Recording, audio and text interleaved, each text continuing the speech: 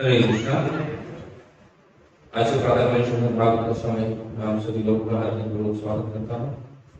श्री श्री राधा मदन जी के प्रांगण में हम पाठ कर रहे हैं श्रीमद् भागवतम के अष्टम स्कंद के अष्टम अध्याय के 28 नंबर श्लोक को कृपया मेरे से दोहराइए। नमः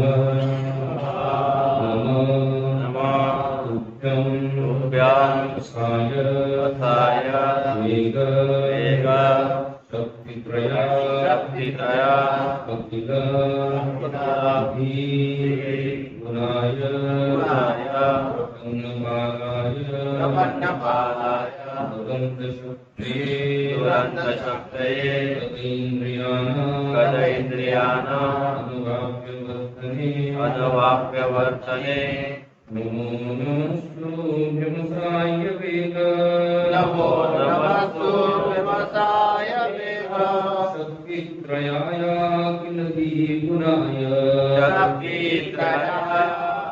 द्विगुणाय प्रपन्नपालाय दुरन्तशक्ते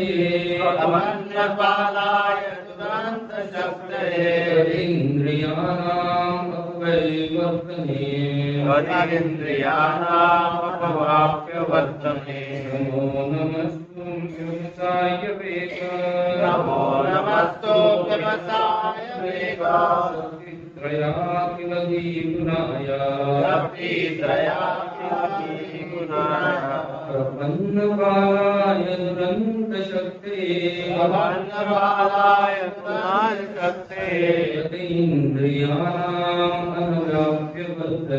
यतीन्द्रियाणाम् अनुवाप्यवर्तने नमो नमस्तुभ्यमसाय वेग नमो नमस्तुभ्यमसाय वेग शक्तित्रया किल द्विगुणाय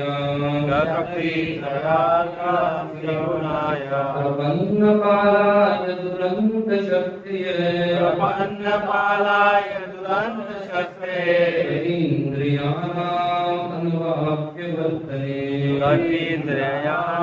अनुवाप्यवर्तने नमो नमस्तुभ्यमसाय वेग नमो नमस्तुभ्यमसाय वेग शक्तित्रयखिलादिगुणाय प्रपन्नपालाय दुरन्तशक्तये इन्द्रियाणाम् अनुवाप्यवर्तने नमो नमस्तुभ्यमसाय वेग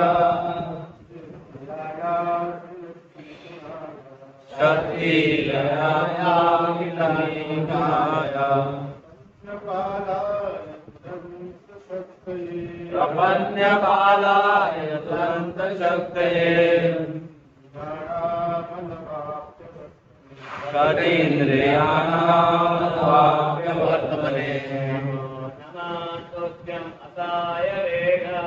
नमो नमस्तुभ्यमसाय वेग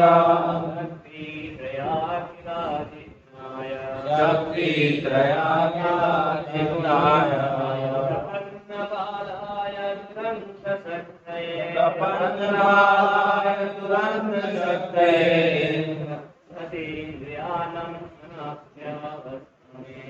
इन्द्रियाणाम् अनुवाप्यवर्तने नमो नमस्तुभ्यमसाय वेग नमो नमस्तुभ्यमसाय वेग शक्तित्रयाय गुणाय शक्तित्रयाय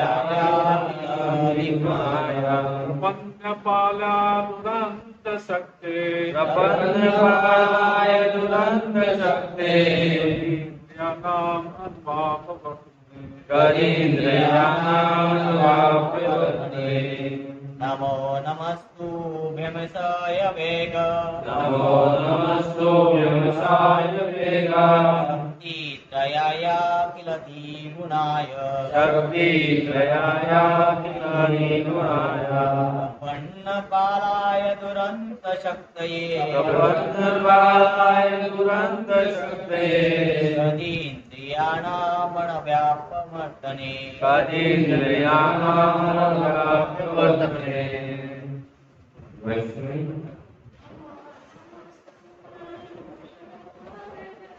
नमो नमस्तुभ्यं व्यासाय वेदाय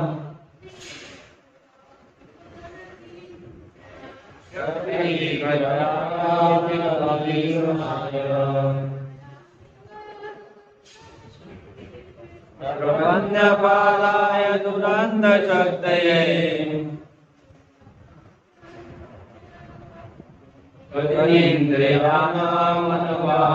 सतीन्द्रियाणामणव्यापमर्दने नमो नमस्ते व्यासाय वेदाय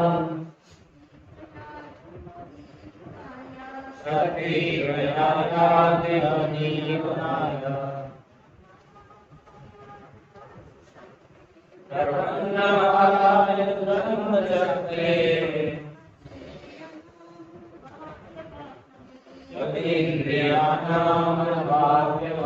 सतीन्द्रियाणामणव्यापमर्दने नमो नमस्तुभ्याय वेदाय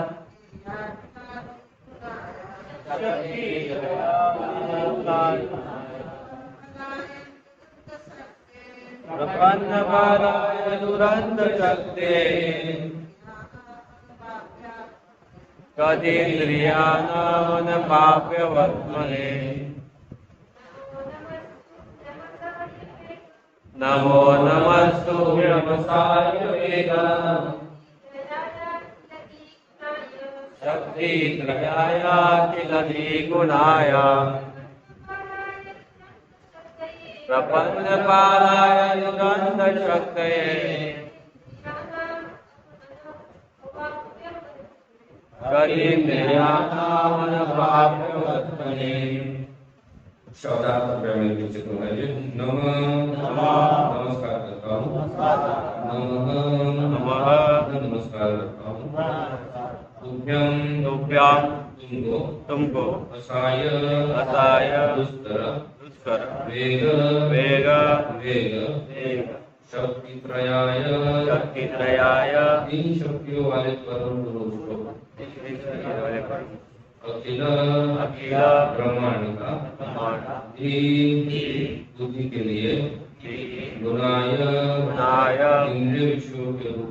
इंद्रिय विषयों के रूप में प्रकट होने वाले प्रपन्नपालाय शरणागति को रक्षण देने वाले दुरंत शक्ति शक्ति वाले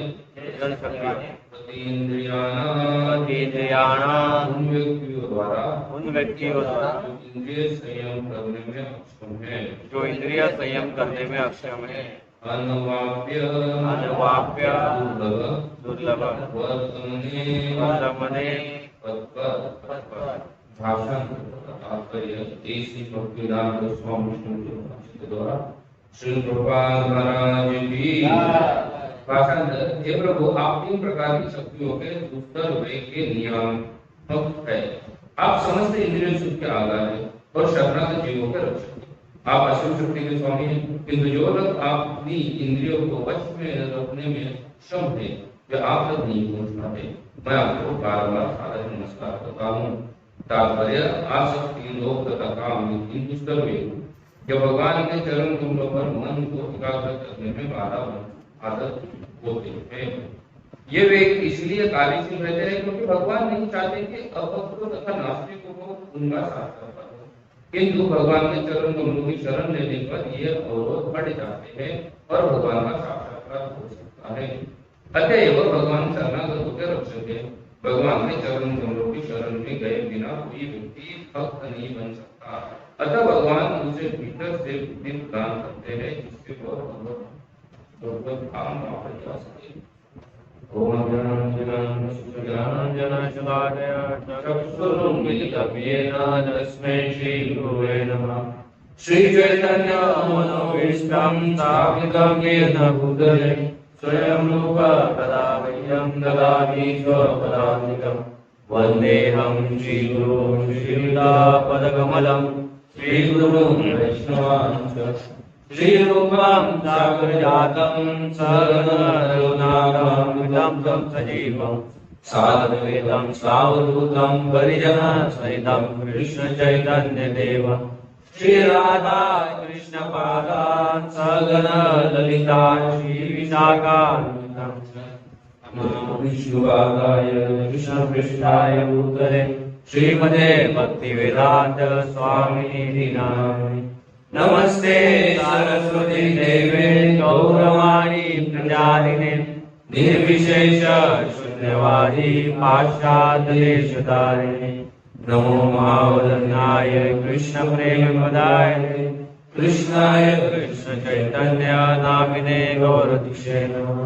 हे कृष्णा करुणा सिंधु दीनबंधु जगत्पते गोपेश गोपिकाकांत राधाकांत नमोस्तुते तप्त कांचन गौरांगी राधे वृंदावनेश्वरी वृषभानुसुते देवी प्रणमामि हरिप्रिये वाञ्छाकल्पतरुभ्यश्च कृपा सिन्धुभ्येव च पतितानां पावनेभ्यो वैष्णवेभ्यो नमो नमः। जय श्री कृष्ण चैतन्य प्रभु नित्यानंद श्री अद्वैत गदाधर श्रीवासादि गौरभक्तवृंद। हरे कृष्णा कृष्णा कृष्णा हरे हरे हरे राम राम राम हरे हरे। हरे कृष्णा।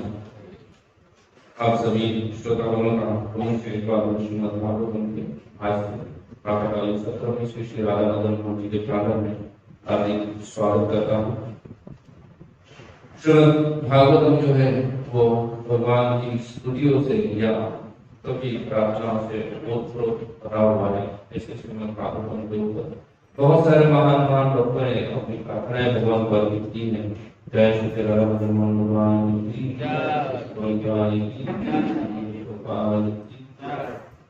तो ऐसे बहुत सारे महान भक्तों ने भगवान को प्रार्थनाएं अर्पित की है।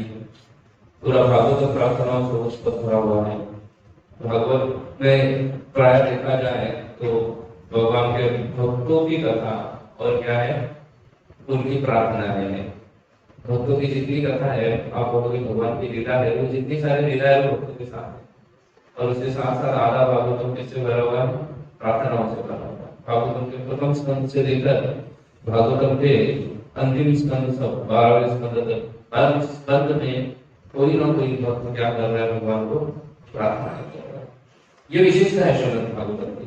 नहीं तो ये भागवतम का जो एडिटेड वर्जन है ना जो हम पढ़ रहे हैं, नहीं तो भागवतम को 18 पुराणों में शामिल क्या व्यास देव ने पहले लिख दिया था। 18 पुराण जब लिखे उसमें भागवतम भी लिखा।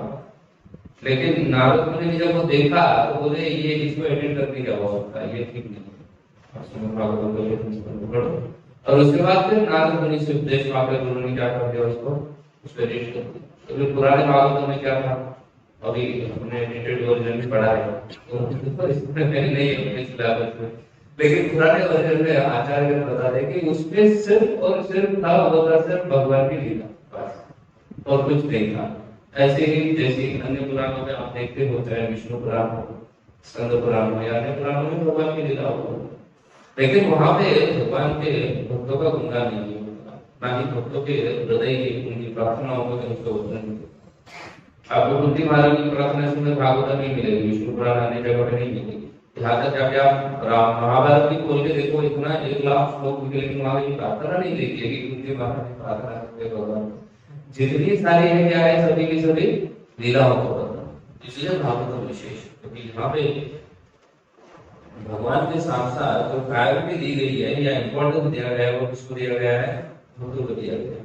और वो इसलिए हमारे श्रीमद् भागवतम का अध्ययन करना बहुत आवश्यक है। हमें भी क्या बनने जाना है? भक्त बनने जाना है। तो एक रोल मॉडल चाहिए, इसके जैसा हमें बनना है। तो रोल मॉडल श्रीमद् भागवतम में सेट कर रहे हैं।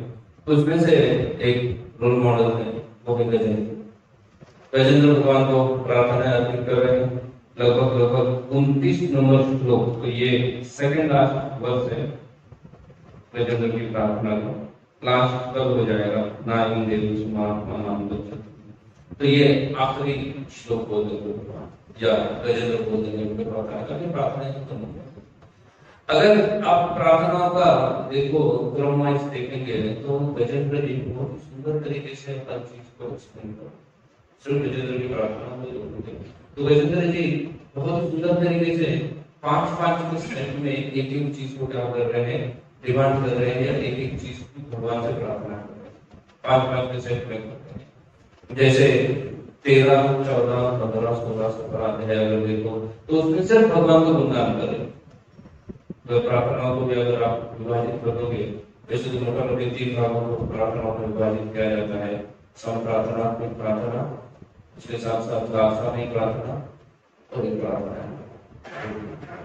3 भागों में प्रार्थना। तो बेगनी में सम प्रार्थनात्मक प्रार्थना जिसमें क्या किया जाता है, सिर्फ भगवान का गुणगान किया जाता है। तो 13 से लेकर 17 तक भगवान का सिर्फ गुणगान करते हैं। 13वां अगर आप श्लोक देखोगे तो उसमें भगवान को बोल रहे हैं, you are the supreme father, आप क्या हो, आप सबके पिता हो, हम भी है पिता। 14 श्लोक में बोल रहे हैं कि आपके निर्देशानुसार ये प्रकृति चलती है, you are the supreme director. 15वें श्लोक में अगर आप देखोगे तो वहां पे बोल रहे हैं, you are the cause of all problems, आप सभी के कारण, you are the supreme cause. 16वें श्लोक में बोल रहे हैं, you are the most knowledgeable person, आप सबसे ज्यादा ज्ञानी हैं। और 17वें श्लोक में फिर से बोल रहे हैं, यू आर मोस्ट मर्सीफुल, आप एक करुणा। वहां तक होने के बाद ये सब प्रार्थना है, भगवान को प्रार्थनाएं अर्पण कर रहे हैं, उनका गुणगान गा रहे हैं। उसके बाद जो द्वितीय प्रार्थनाएं आती है या प्रार्थनाओं का सीरीज देखा जाए जो स्वामी का अनुसार, उसमें प्रार्थना हो गई, गुणगान करने का हो गया। उसके बाद द्वितीय प्रार्थना में गाई जाएगी, उसको दैनिक बोधनी कहा जाता है कि अपने रहने को प्रकट कर रहे हैं। तो 19 या ये 17 हो गया, तो 19 नंबर श्लोक से लेकर लगभग 24 नंबर श्लोक तक अपने दैन्य को प्रकट कर रहे हैं। पहले भगवान को गुणगान किए, फिर क्या कर रहे हैं, अपने दैन्य को प्रकट कर रहे हैं। तो इसलिए वहां पे पूरा का पूरा दैन्य को प्रार्थना है जो 5 श्लोक, और फिर बचे हुए 5 श्लोक है 25 से लेकर 29 तक। ये 25 से लेकर 29 तक जो 5 श्लोक है उसमें क्या कहा जाए, तो उसमें प्रकट कर रहे हैं अपनी लालसा, क्या चाहते हैं, लालसा प्रकट कर रहे हैं। तो 13 से लेकर पूरा सिस्टमैटिकली 29 तक पहले भगवान को सांप्रार्थनिक प्रार्थना अर्पण की, उनका गुणगान कर दिया।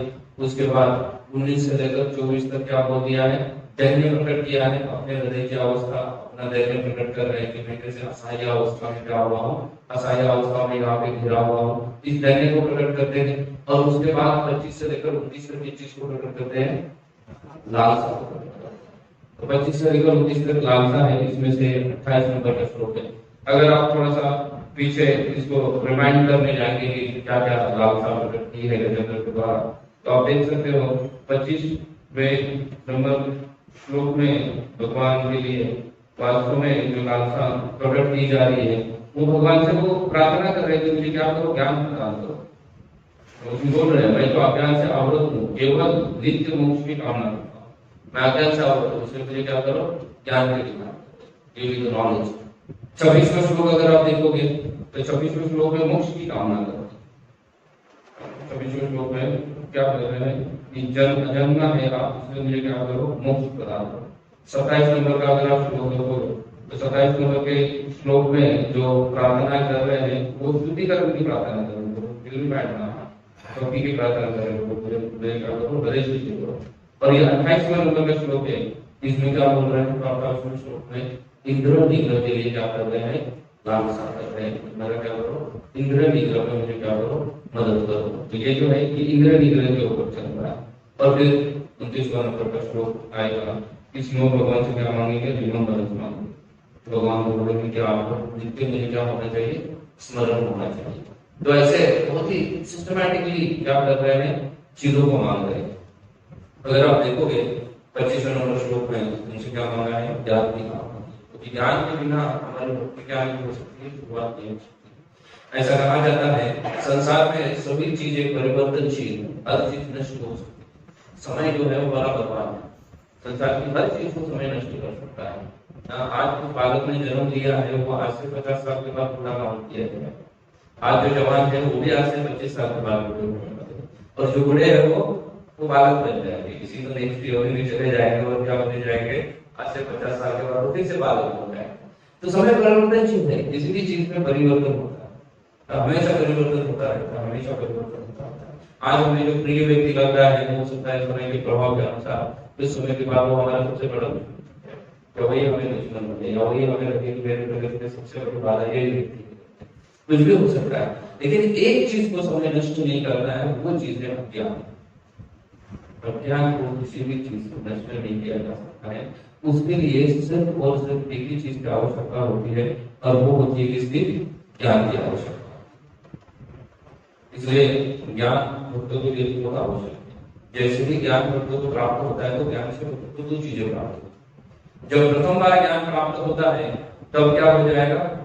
प्रथम बार ज्ञान प्राप्त होने से अज्ञान दूर होगा, और द्वितीय बार जब ज्ञान प्राप्त होगा तब भक्त सेवा की मांग करेगा। आप देखिए श्रीमद् भागवत गीता को अगर आप ठीक से सिस्टमैटिकली स्क्रूटिनाइजली पढ़ेंगे तो भागवत में 2 शब्द अर्थ स्वभाव पुष्टामि त्वाम धर्म संपूर्ण। यहाँ पे अर्जुन क्या बोल रहे हैं? शादी का पुष्टामि त्वाम धर्म संपूर्ण चेता यस्य यनिशिताम प्रियतम शिष्य से हम शादीमान को। और मुझे शिष्य की तरह गाइड करो, मुझे ऐसे दोस्त की तरह ट्रीट करो। मेरे में क्या हुआ? अज्ञान शिष्य को आया, अज्ञान में खड़ा हो, शिष्य हमेशा अज्ञान में रहता है। तो इसलिए अर्जुन मां को बोल रहे हैं कि मुझे शिष्य की तरह गाइड करो। तो फिर भगवान ज्ञान प्रदान करते हैं। अर्जुन शरणागति देते हैं, शिष्य की तरह शरणागति देते हैं, और भगवान उनको क्या प्रदान कर रहे हैं? ज्ञान प्रदान कर रहे हैं। और इसके बाद भगवत गीता का अर्जुन का आखिरी स्टेटमेंट होता है। आखिरी स्टेटमेंट में अर्जुन क्या कह रहे हैं? भगवत गीता में 18 नष्ट मोह संकेत तत्प्रसादा गतम सुधि परिचय वसूल करो, परिचय वसूल करो। अभी क्या बोल रहे हैं? अभी ज्ञान प्राप्त हो गया, पहले तो मोह में थे, भगवान ने ज्ञान दिया, इसलिए ज्ञान की कामना कर रहे थे, भगवान ने पूरा भगवत गीता में ज्ञान दे दिया। अभी क्या बोल रहे हैं? अब आप जो बोलो तो करने के लिए तैयार, मेरा मोह पूरा नष्ट हो गया है, और अभी आप जो बोलो करने के लिए तैयार हो। और कृष्ण पहले ही बोल चुके हैं तुम्हें क्या करना है, बार बार एक ही चीज को रिपीट करेंगे, तुम्हें क्या करना है? युद्ध करना है, युद्ध करना है, युद्ध करना है। इसमें दोनों समय ज्ञान की आवश्यकता है। आपका मोह नष्ट करने के लिए, भौतिक संसार से निरासक्त होने के लिए जितनी ज्ञान की आवश्यकता है, उतनी ही ये तो प्रथम नियमों का ज्ञान हो गया, और उसके बाद फिर से द्वितीय ज्ञान की आवश्यकता है, जो आपको कहाँ में लगा देगा? सेवा में लगा देगा। प्रायः हमारा ऐसा होता है कि हम डायरेक्ट लोगों को सेवा में लगा देते हैं, उसको कोई ज्ञान नहीं देते, और फिर वो सेवा से फ्रस्ट्रेट हो जाता है, और क्या कर देता है? हाथ चला जाता है, वो सेवा करने। इसलिए पहले तो हर व्यक्ति का नरिशमेंट होना जरूरी है, उसको उसका मोह जो है वो नष्ट होने की आवश्यकता है। इसलिए धीरे धीरे यहाँ पे सिस्टमैटिकली मोह नष्ट करने की चर्चा, और मोह नष्ट करने के बाद फिर वो मोक्ष की चर्चा कर रहे हैं, शुद्धिकरण की चर्चा कर रहे हैं, और अभी इंद्रिय निग्रह की चर्चा। बोले मेरा क्या होना जरूरी है? इंद्रिय निग्रह होना। इंद्रिय तक निग्रह नहीं होता है तब तक क्या नहीं आ सकता है? मैं मोक्ष की कामना नहीं कर सकता हूँ, या नित्य का स्मरण नहीं कर सकता। जब तक जिस व्यक्ति का इंद्रिय निग्रह नहीं होता है, वो इस भौतिक संसार में क्या रहेगा? हमेशा ही पड़ा रहेगा, और इस भौतिक संसार से कभी मुक्त नहीं हो सकता। श्रीमद् भगवत गीता में भी भगवान इस चीज को बहुत सुंदर तरीके से दर्शाते हैं। साफ है, अध्याय का मतलब 28 नंबर का श्लोक होगा।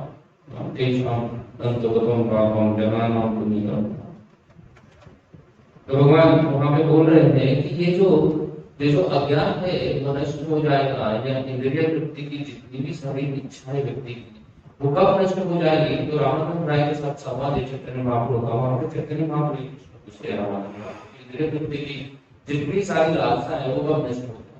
और वहां पे वो बोल रहे हैं कि ये इंद्रिय तृप्ति की लालसा है वो नष्ट हो जाती है, एक ही कारण बताते हैं, वो नष्ट हो जाएगी भक्तों के संग के द्वारा। रामानंद राय चैतन्य महाप्रभु बोल रहे हैं चैतन्य चैतन्य कि ये भक्त के किसके द्वारा हो जाएगी? सिर्फ संग के द्वारा ही इंद्रिय तृप्ति की लालसा नष्ट हो सकती है। उसके बिना इंद्रिय तृप्ति की लालसा जितनी सारी हमारे हृदय में बनी पड़ी है, उसको नष्ट करना प्राय असंभव जैसा ही है, उसको नष्ट नहीं किया जा सकता है। अब ये इंद्रिय तृप्ति की लालसा नष्ट करने की तो आवश्यकता है संग की। अब ये संग प्राप्त कैसे हो जाए? किसको संग प्राप्त होता है? कौन व्यक्ति है जो संग प्राप्त करने के लिए क्वालिफाइड हो सकता है? तो उसको भगवान क्या कह रहे हैं भगवद गीता में 28वें श्लोक में। वही बता दे ईशान अंतगतम भाव जनानां पूर्ण कर्मणा, जिनके पास क्या है सुकृति है पुण्य कर्मणा जनानां पुण्य कर्मणा ये द्वंद्व मोह निर्मुक्त भजन्ते दृढ़व्रता। बोल रहे हैं जो अपने पाप को नष्ट करने के लिए लगे हुए हैं ऐसे पुण्यवान लोग जिनके पास सुकृति है वो क्या हो जाएंगे, वो दृढ़ व्रत से मेरा भजन करता है। अभी यहाँ इस श्लोक में जब इसके ऊपर भाषांतर करते हैं तो भाषांतर में बहुत सुंदर तरीके से बोलते हैं, बोलते तेषां अनुभूतत्वं पापा, जिनके पाप क्या हो रहे हैं नष्ट हो गए। ऐसे लोग हैं जो भक्तों का संग प्राप्त करने के लिए और भक्तों के संग में आने के लिए क्या है, ऐसे साधु पुरुषों के संग करने के लिए क्या है पात्र है। और कौन से है, तो जिनका क्या है, जिनके पास पहले से ही सुकृति आ गई है, सुकृति है जिनके पास आ गई है, ऐसे लोग। तो दो लोगों का वर्णन कर रहे हैं। एक लोग वो होते हैं जो कैसे ना कैसे किसी ना किसी प्रकार से भक्तों के संग में आ गए। सुकृति इसी चीज को कहा जाता है जो क्या होता है that somebody are performing some pious activity and actor doesn't know about it। वो कर रहा है, उसको पता नहीं है कि मैं कुछ पुण्य कर्म कर रहा हूँ या कुछ पायस सुकृति कर रहा हूँ, ऐसी चीजों को सुकृति हो जाती है। अगर कोई नॉलेज के साथ कोई कार्य करता है तो उसे सुकृति नहीं कहेगा। जो अज्ञान में रहकर कोई कार्य करता है तो उसको क्या कहा जाता है, उसको सुकृति कही जाती है। और उस सुकृति का बहुत बड़ा लाभ प्राप्त हो सकता है, उस सुकृति से भक्तों का संग प्राप्त हो सकता है, ऐसा विष्णु प्राप्त हो सकता है।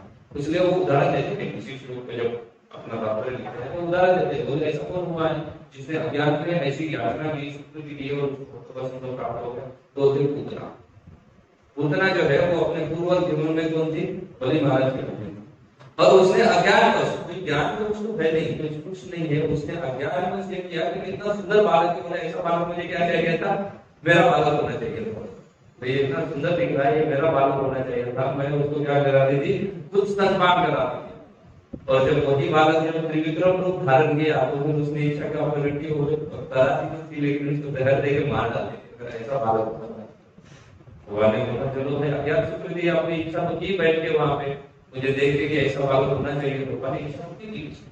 और इसी इच्छा पूर्ति होने के बाद क्या हुआ, देखो उतना ने भगवान को जहर कराने का प्रयास किया, लेकिन भगवान ने उसको क्या कर दिया है, धात्री बना दिया। अज्ञात सुकृति है, कोई ज्ञान नहीं है उसको। उसके बाद कहते हैं कि दूसरा ऐसे अज्ञात सुकृति है जिसने एक्टर को कुछ पता नहीं है, वो अज्ञात सुकृति की थी, बोले पंच किसको मिला था, वो नारद मुनि को मिलता था, बाकी किसको तो नहीं मिलता था, लेकिन नारद मुनि को मिलता था। और नारद मुनि उसको जाके किसके बारे में बताते थे, भगवान के बारे में बताते। नारद मुनि उसको ये नहीं बताते कि उनको सरेंडर हो करके, सरेंडर हो जाए वगैरह ऐसा नॉलेज नहीं देते थे। नारद मुनि के ऊपर अगर बोला जाए तो नारद मुनि ने कोई सेक्शन नहीं है प्रीचिंग का, और कोई स्टाइल नहीं है जिस स्टाइल से नारद मुनि ने प्रीचिंग ना किया। हमारा तो एक पर्टिकुलर सेक्शन है, कोई अपना टीचर होता है, कोई बोलेगा तो मैं कॉम्युनिकेशन टीचर हूं, कोई बोलेगा लाइफ मेंबर कल्टीवेट करता हूं, या कोई अन्य बोलेगा। नारद मुनि ने सब किया ना, कोई बच्चों को प्रीचिंग करता है, छोटे छोटे किड्स को प्रीचिंग करता है। नारद मुनि ने प्रहलाद को ध्रुव को प्रीच करके किड्स को किया। ध्रुव तो उसके पहले, नारद मुनि तो उसके बड़े आ चुके हैं, जिसने जन्म लिया वो तो ध्रुव है, उसने जन्म लेने के बाद नारद मुनि ने प्रचार किया। प्रहलाद महाराज की सिचुएशन में जन्म के पहले ही प्रचार कर दिया नारद मुनि ने, मतलब गर्भ से नारद मुनि चालू कर दिया अपना प्रीचिंग। उससे थोड़ा सा बड़ा हो जाए तो ध्रुव महाराज का प्रचार किया। उसके ऊपर अगर कॉलेज में उसको नारद मुनि ने प्रचार किया, हरीश और सौवैश्य और कपालचंद देखो वो कौन है, सभी को भेजा गया था किसके लिए, दक्ष के द्वारा, कि बोले अब तुम्हें गृहस्थ आश्रम में प्रवेश करना है तो जाके क्या करो, धनाश की आवश्यकता है, तपस्या की आवश्यकता है, जाके तपस्या करो। नारद मुनि पहुंच गए वहां कॉलेज में, बोले जिस कॉलेज में वो उसी कॉलेज में जाके भेज दूंगा, और उनको जाके प्रचार किया, उनको भी भक्त बना दिया। अच्छा, जो लोग धन आदि की कामना रखते हैं उनको भी प्रचार किया, प्राचीन परेशानी की नारद मुनि उनको भी प्रचार किया, धन चाहिए बोले उसको भी प्रचार करता। और कोई एकदम एंटी है भगवान के, उनको जाके नारद मुनि ने प्रचार किया, उनको भी जाके नारद मुनि ने प्रचार किया। नारद मुनि इधर कंस को भी मिलने के लिए आते थे, सेम टाइम नारद मुनि अगर देखो तो नारद मुनि हिरण्यकशिपु को भी मिलने ही गया, उनको भी रेगुलर प्रोग्राम होता था उनके घर में। और ये सभी लोगों को नारद मुनि जाकर प्रचार करते थे, और ये सभी के सभी क्या दे रहे हैं, नारद मुनि को अज्ञात सुकृति प्रदान कर रहे हैं। इसमें से कोई भगवान को शरणागति नहीं, अज्ञात सुकृति द्वारा। अच्छा, नारद मुनि ने कोई चेतना गर्ल्स प्रोग्राम ऐसा चालू किया था, नारद मुनि वो भी चालू किया, आप देखो जहाँ पे रुक्मिणी जी अपना love letter, first love letter जो लिखती है ना भगवान, जो जो अभी तक जितना डिक्शनरी में जो अवेलेबल लव लेटर है, फर्स्ट लव लेटर वो तो रुक्मिणी जी ने लिखा था भगवान कृष्ण को। तो वो प्रोग्राम किसका था? नारद मुनि का। नारद मुनि जाके किसको गुणगान सुनाते थे? उनके पिता को सुना देते नारद मुनि जाके गुणगान, भगवान का गुणगान सुना देते। और गुणगान सुनती कौन थे बैठ के? रुक्मिणी जी सुनती थी। वैसे नारद मुनि को उसके पिता को भक्त बनाना ये पर्पज ही नहीं था। नारद मुनि का पर्पज ही था कि भगवान का गुणगान जाके किसको सुनाना है? रुक्मिणी को सुनाना है। उसको नारद मुनि ने सुनाया, वो भी भगवान की प्राप्त हो गई। उसने भी साक्षात भगवान की जो शक्ति है उन्होंने भी भगवान को प्राप्त कर दिया। तो नारद मुनि ने सब रेंज के लोगों को क्या किया है? प्रचार किया है, किसी को छोड़ा नहीं। जो आखिरी में मरने के लिए गया उसको तक नारद मुनि ने प्रचार किया, सभी रेंज के लोगों को प्रचार किया। तो नारद मुनि के पीछे में देखो कि जितने सारे व्यक्ति को भगवत संग अगर प्राप्त करना है तो उसके पास अज्ञात शक्ति की होना आवश्यक। ये भगवान स्वयं बोल रहे हैं तो बोल रहे हैं कि उसके पास क्या होना जरूरी है? अज्ञात शक्ति होना जरूरी है। और वो क्या कर सकता है? भगवान को प्राप्त कर सकता है। और दूसरा कौन प्राप्त कर सकता है? पुण्य कर्मणा। वो कौन कहे? वैसे लोग तो उसी अध्याय में बिगिनिंग में चतुर्विधा वैजयंत महाकाल में चर्चा किया था भगवान, उसके बारे में चर्चा कर रहे। बोले इनके पास इच्छाएं तो है लेकिन उन इच्छाओं से उतने आसक्त नहीं है। इच्छाएं तो है उनके पास, इंद्रिय तृप्ति की इच्छा है, लेकिन इंद्रिय तृप्ति की इच्छा से अगर कोई आसक्त नहीं होता है तो वो भी क्या कर सकता है? साधु संग प्राप्त करने के लिए क्वालिफाइड होता है। जिसके पास पूर्व स्वीकृति हो वो साधु संग को प्राप्त करने के लिए क्वालिफाइड हो जाएगा। अज्ञात स्वीकृति जिसके पास नहीं, तो ऐसा व्यक्ति साधु संग के लिए क्वालिफाइड बन जाएगा जिसके पास क्या है? जिसके पास इंद्रिय तृप्ति की इच्छा तो है लेकिन वो उससे उतना आसक्त नहीं है। क्योंकि जो इंद्रिय तृप्ति की इच्छाओं से आसक्त रहते हैं वो आप सबका मध्य करके देखिए तो गीता का जिसके आखिर में भगवान बोल रहे हैं कि वो कहाँ जाएगा? वो देवता भी चला जाएगा जो इंद्रिय तृप्ति से आसक्त है। और जो इंद्रिय तृप्ति से आसक्त नहीं है वो ये चतुर्विधा ये चार होते हैं, ये चाहिए लेकिन ये आसक्त नहीं है लेकिन चाहिए। वो भगवान के पास आएंगे, बोले हरिनाम करेंगे, हम जप करेंगे, सब करेंगे, ना 16 वाला करेंगे, 4 नियम का पालन करेंगे, लेकिन फिर भी हमें धन चाहिए, फिर भी हमें ये चाहिए वो चाहिए, ना सुख संपत्ति घर आवे आके भगवान से प्रार्थना करते रहेंगे। लेकिन हर चीज चाहिए हमें, लेकिन आसक्त है क्या? नहीं आसक्त। लेकिन यहाँ पे वेदांत बोल रहे हैं कि ये तो चलो ठीक है लेकिन फिर भी इंद्रिय तृप्ति से या ये इंद्रियों से आपके कृपा के बिना इनको वश में करना बहुत ही कठिन। और भगवान भगवद गीता के यही 27वें 7.27 में यही चीज भगवान बोल रहे हैं कि इंद्रिय तृप्ति को परे निकलना बहुत ही कठिन सी चीज है। यह आता कहाँ से है? इसमें व्यक्ति फंसा कैसे है? तो भगवान सीधा सीधा बोला इच्छा द्वेष समुद्वेन तंत्व मोहेन। तो क्या हो जाता है? सर्वभूतानि सम्मोहम सर्वे यान्ति परमतः। अर्जुन को बोल रहे फ्रॉम द टाइम इमोरियल सर्ग सर्ग विसर्ग भागवत में देखो जब से सृष्टि की निर्मिति हुई है तब से व्यक्ति किसमें फंसा हुआ है? जीवात्मा तो फंसा हुआ है इच्छा द्वेष समुद्वेन। इच्छा और दोष के क्या है? द्वंद्व मोहेन भारत, इनके द्वंद्व में फंसा हुआ है। इच्छा और द्वेष, इच्छा और द्वेष, इसके द्वंद्व में जीवात्मा फंसा हुआ है। तब से फंसा हुआ तो बोले चाहिए जब से बिगिनिंग से वो फंसा हुआ है इसमें। इच्छा और द्वंद्व के इसमें हमें चंगुल में फंसे हुए हैं। इंद्रिय तृप्ति को अगर अनुकूल चीज प्राप्त हो जाती है तो हमारी इच्छा बढ़ती है, तो इच्छा उत्पन्न हो जाती है। इंद्रिय तृप्ति के लिए अनुकूल परिस्थिति है तो इच्छाएं क्या होने लगती है? बढ़ने लगती है। और अगर इंद्रिय तृप्ति के प्रतिकूल परिस्थिति निर्माण हो जाए तो हमारे क्या बन जाता है? हमारे हृदय में द्वेष उत्पन्न हो जाता है। दोनों है, इच्छा भी है द्वेष भी है। इंद्रिय तृप्ति के लिए अनुकूल जितना वातावरण है उतना क्या बनता जाएगा? इच्छाएं बढ़ती जाएगी बढ़ती जाएगी बढ़ती जाएगी। इंद्रिय तृप्ति के लिए जितना प्रतिकूल होती जाएगी चीजें उतना क्या बढ़ता जाएगा? हमारे हृदय में द्वेष बढ़ता जाएगा द्वेष बढ़ता जाएगा द्वेष बढ़ता जाएगा। बोले और वे इंद्रिय तृप्ति की इच्छा का द्वंद्व बन जाता है। ये इच्छा और द्वेष का क्या बन रहा है? द्वंद्व बन रहा है। और इस द्वंद्व में जीवात्मा फंसा हुआ है। द्वंद्व दो चीजें, द्वंद्व समास दो चीजें एक साथ आती है, इच्छा और द्वेष। दो इच्छा और द्वेष की दो चीजें एक साथ बनके द्वंद्व बन जाता है। मान अपमान, मान चाहिए, इंद्रिय मान बढ़ता गया तो इच्छा बढ़ती जाएगी, ना पूजा लाभ प्रतिष्ठा आदि की इच्छाएं बढ़ती जाएगी, इच्छा बढ़ गई क्योंकि अनुकूल हो गया है। ऐसा प्रतिकूल गया, अपमान इसलिए कर दिया तो क्या बढ़ता जाएगा? द्वेष बढ़ता जाएगा द्वेष बढ़ता जाएगा द्वेष बढ़ता जाएगा। तो ऐसा ही मान अपमान एक चीज हो गई, उसके साथ साथ सुख और दुख भी है, ये भी द्वंद्व है। सुख और दुख का भी क्या है, द्वंद्व बना हुआ है। अगर अनुकूल परिस्थिति है तो सुख मिलता है, सुख जैसा मिलेगा वैसे ही सुख को भोगने की इच्छा क्या होती जाएगी, बढ़ती जाएगी, बढ़ती जाएगी, बढ़ती जाएगी, बढ़ती जाएगी। थोड़ा सा थका जाएगा, लोगों से ड्राइव करते, फिर टू व्हीलर चाहिए, फिर फोर व्हीलर चाहिए, फोर व्हीलर आ गई नहीं, फिर क्या सोचते हैं इसको बेच के और थोड़ा सा क्या किया जाए, बड़ी गाड़ी ली जाए, फिर मारुति से लेकर फरारी तक, BMW, रोल्स रॉयस न जाने कहाँ तक इच्छा पहुंच जाएगी व्यक्ति की, पूरी पूरी लिमिटेशंस की। और ये इच्छाएं कभी में सिर्फ जो गृहस्थ है या घर में लिए उनकी होती है, ऐसी नहीं है। आप ये इच्छाएं यहाँ तक कि वैराग्य आश्रम में स्थित लोगों का भी हाल बुरा है, उतना अच्छा नहीं है ना, सबका हाल हो रहा है कलयुग में ना, उनकी भी इच्छाएं बढ़ती रहती है, इच्छाएं बढ़ती रहती है, दिन ब दिन इच्छाएं बढ़ती रहती है, सभी की इच्छाएं बढ़ती रहती है। जैसे जैसे क्या होता जाता है, जैसे जैसे सुविधाएं प्राप्त होती है, अनुकूल परिस्थिति प्राप्त होती है धीरे धीरे के लिए, वैसे वैसे क्या हो जाती है, इच्छाएं अपने आप बढ़ती जाती है, अपने आप बढ़ती जाती है। अरे कुछ दिन पहले मुझे मेल आया, तो I am not much connected to my से भी मेरा मेल आईडी मुझे सभी लिस्ट में है, तो वहाँ डायरेक्ट मैनेजमेंट में इन्वॉल्व था, तो कई सारी चीजों के लिए क्या चल रहा है उसके मेल तो आते रहते हैं, मुझे मेरा ओपिनियन पूछ लेते थे। तो मैंने देखा जब हमारा मंथली कलेक्शन जब मैंने ज्वाइन किया था 2008 तो पूरा महीने का कलेक्शन हुआ करता था ना, वो कलेक्शन साधारणतः 2008 में 3-3.5 लाख रुपए हुआ, उससे ज्यादा कलेक्शन नहीं हुआ। तो सही 3.5 लाख रुपए था, तब ब्रह्मचारी को घूमने के लिए एक रिक्शा हुआ करता था मंदिर में, और एक किसी ने पुरानी सुमो दी थी डोनेशन, मतलब वो कहीं काम नहीं कर रहे थे उसके बाद, तो उसने डोनेशन दी थी, उसे में वापस सब लोग सब जगह चलते, कोई कंफर्ट की आवश्यकता नहीं थी, सब उसी में चले जाते थे, बोलिए सब कुछ ठीक ठाक था।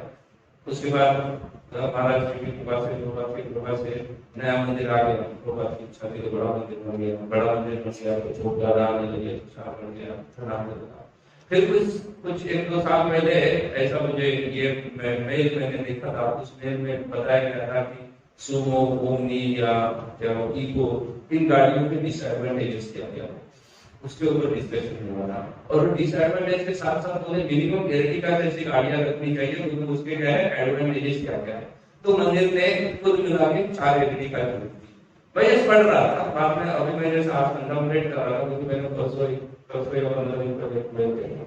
अभी उस मेल में है कि एर्टिगा के डिसएडवांटेजेस क्या है, और अभी उसके लिए उसने क्या किया है, तो एर्टिगा को छोड़ के इनोवा या उस समान और 2-4 गाड़ियों के नाम दिए हुए, और उनके एडवांटेजेस क्या क्या।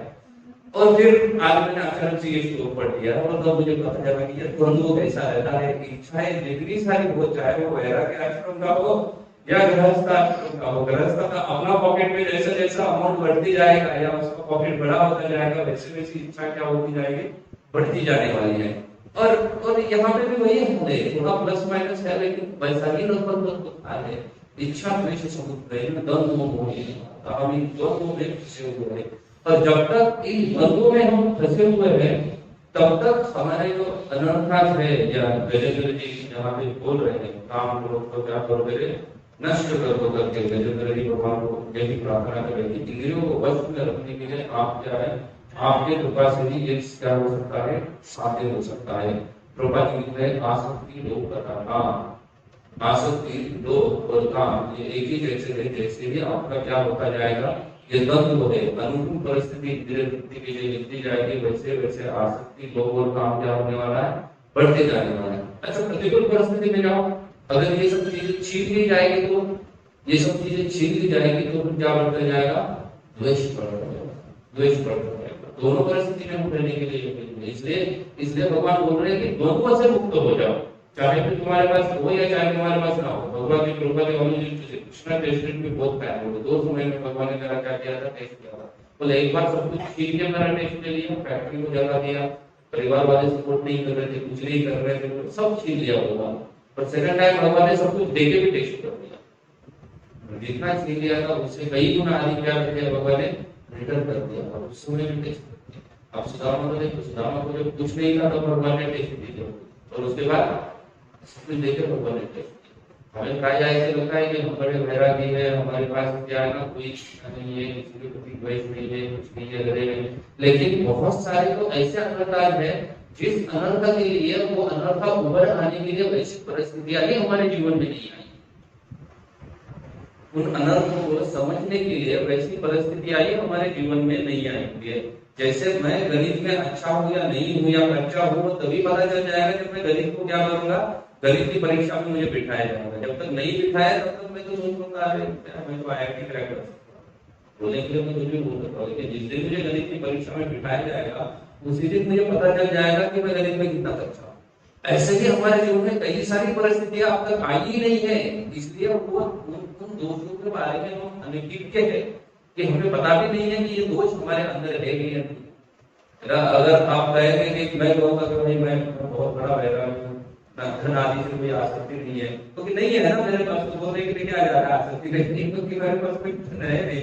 लेकिन जब धन आ जाएगा तब वास्तव में पता चल जाएगा कि आसक्ति होती भी है या नहीं होती है। जब धन आ जाएगा वास्तव में तब पता चल जाएगा कि आसक्ति होती है या नहीं होती है। तब पता चल जाता है कि बहुत आसक्ति होती है। मैं जब ज्वाइन कर रहा था उस समय में पूरा में नए मंदिर का कंस्ट्रक्शन चल रहा था, तो वो कंस्ट्रक्शन में ज्वाइनिंग का एक क्राइटेरिया रखा हुआ था कि भाई जिसको भी ब्रह्मचारी आश्रम में आना है उसको अपनी 3 महीने की सैलरी ऐसा क्या करनी है, मंदिर को डोनेट करनी है। और फिर जो डोनेशन ऑफिस है जहाँ से रिसिप्ट वगैरह बनता है उनसे एक NOC लेना है, नॉन ऑफिशियल सर्टिफिकेट की, भाई इसने दिया है डोनेशन 3 महीने का अपना सैलरी, और अभी ये क्या कर सकता है कि आश्रम ज्वाइन करने के लिए फिट है करके। तो बड़ा प्रोसीजर था वो।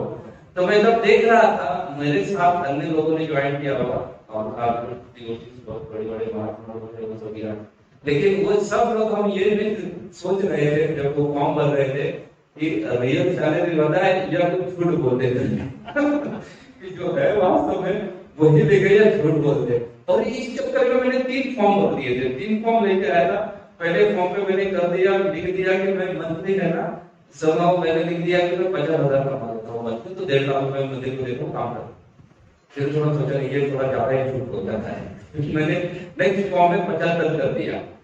फिर मैं 75 भर दिया, और 75 भरने के बाद वो फॉर्म मैंने घर पे रखा हुआ था। तो मैंने घर पे रखने के बाद मेरे पिता ने वो फॉर्म को देख लिया, ज्यादा तो 75 लिख दिया यहाँ पे, मंदिर वाले मांग रहे हैं इसलिए मुझे कम दिखाएगा। ये मैं जब उनको दिखाऊंगा तो उतने का वो रिसीव मांगेंगे मुझसे कि इतना तुमने डोनेशन दिया है कि नहीं दिया। फिर पिताजी बोले भगवान के साथ तो कम से कम चीटिंग किया, बाकी सब जगह पे धन के लिए चीटिंग करते। तो उसके बाद मैंने वो अमाउंट चेंज कर दिया और रियल अमाउंट लिख के उतना कर दिया। तो ये आसक्ति दर्शा रहा है कि आसक्त है हम हर चीज से, बहुत सारी चीजों से हमारी आसक्ति और ऐसे दंभ हो सकते हैं जिन दंभों में हम फंसे हुए हैं। और एग्जैक्टली यहाँ पे गजेंद्र जी वही प्रार्थना कर रहे हैं कि ये सभी दंभों से मुझे क्या कर दो, मुक्त कर दो। और जब ये दंभों से मुक्त हो जाएंगे तो कल जो भी कथा सुधा अन्य वो कल रक्षा करेंगे तो उसके ऊपर चिंतन करेंगे या उसके ऊपर एक्सप्लेन करेंगे कि जब दंभों से मुक्त हो जाऊंगा तब मैं नित्य रूप से आपका क्या कर सकता हूँ, स्मरण कर सकता हूँ। और जब तक हम दंभ में कुछ हुए तब तक भगवान का नित्य रूप से स्मरण होना क्या हो जाएगा, दुष्ट हो जाता है। तो मैं आप सभी को कुछ विनती करता हूँ, निवेदन करता हूँ कि ऐसे दंभों से मैं भी क्या करूँ, हमेशा मुक्त हूँ। हरे कृष्णा। हरे कृष्ण।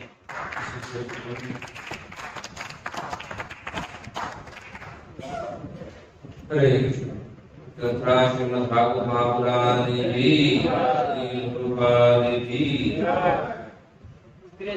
प्रभु जी की